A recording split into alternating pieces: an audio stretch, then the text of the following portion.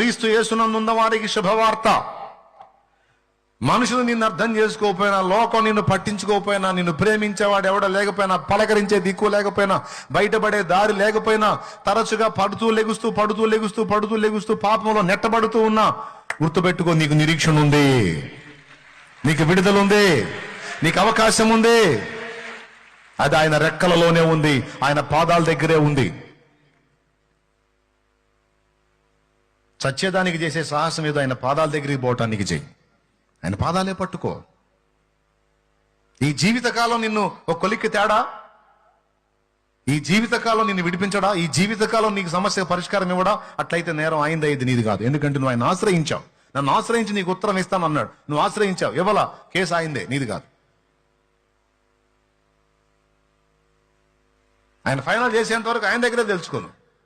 ఏమైనా అర్థమైంది నేను చెప్పింది? కేసు ఎవరిదైద్ది? అది నాకెందుకు, నువ్వు చెప్పావుగా, నువ్వు చేయాల్సిందే.